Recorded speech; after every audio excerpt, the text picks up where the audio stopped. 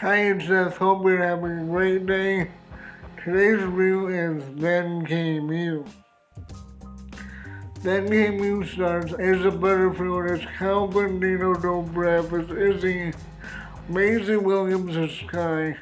Calvin is convinced he's dying.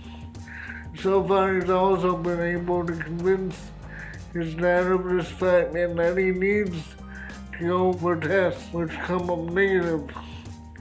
Calvin has a sick journal which he chronicles every cough or notion that he's dying for posterity. No one can get Calvin to see the truth.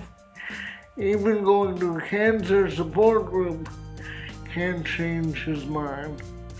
Now, I don't really like this plot because I'm uncomfortable with some character pretending to have cancer because of my own bias. I know people who have died from cancer. I know people who have cancer right now and they're in treatment, and this kind of makes me angry.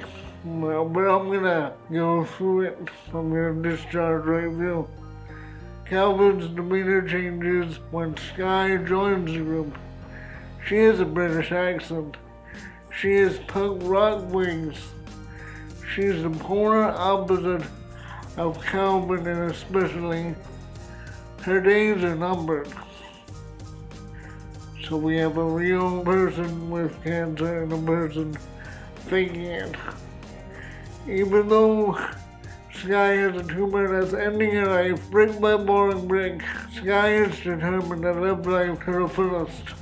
Instead of a bucket list, she has a to-die list, and she decided that she's the Hobbes to his Calvin. He will help reach her goal. Some items from the list: how to shave a man's face, how to busk, how to shoplift. Typical teenage stuff. Things that are part of every coming of age film, but in this one they are more meaningful because she's dying. So then the point is, she's dying to make him stronger.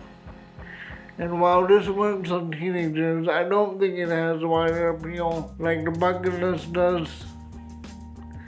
Mostly it's because of Calvin, he needs a reality check. Don't try this at home. If you don't have cancer, you should feel lucky. It's no laughing matter. The reason why this film fails outside its core teenage audience is because of the Sky character, who's on par with Zooey Deschanel's character in 500 Days of Summer, where she is Summer. It just shows that younger people want their Alita goth angel, and it's really a state that doesn't translate well if you're older. At worst, this is a pity party for people who realize that they're mortal, like the rest of us. How someday I'm gonna die. Hopefully it won't be that soon, and that's the way it is. At best, this is a way for people to gain some empathy, because most of us are really lucky. I cried because I had no shoes until I met a man without feet. We don't know how lucky we are until we meet someone who has less time on this planet, has a harder struggle than we have. I have cerebral palsy, and I am fully aware that my disability is more moderate than some people I know who have a really much harder time, and yet they still have a good life. They have a very happy life from the way they interact with this world. Here are my video pics of Fault in Our Stars. Hazel and Gus both have cancer. Both are in remission in a tender support group at an Episcopal church. When they fall for each other, even though Hazel likes to keep her distance, but Gus makes her feel safe.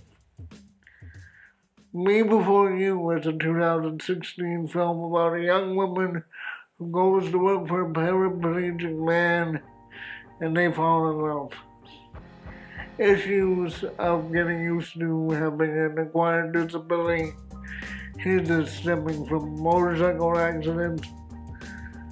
It stars Emilia Clarke and Sam Claflin, and I've used this film in another video piece. Brian Song. Brian Song is another one. It's a 1971 TV movie starring James Caan and Billy D. Williams. It's a true story of Brian Piccolo and Gail Sawyers, whose relationship only deepens when Brian discovers he is dying. All video pics can be streamed on YouTube. Thank you for visiting me today.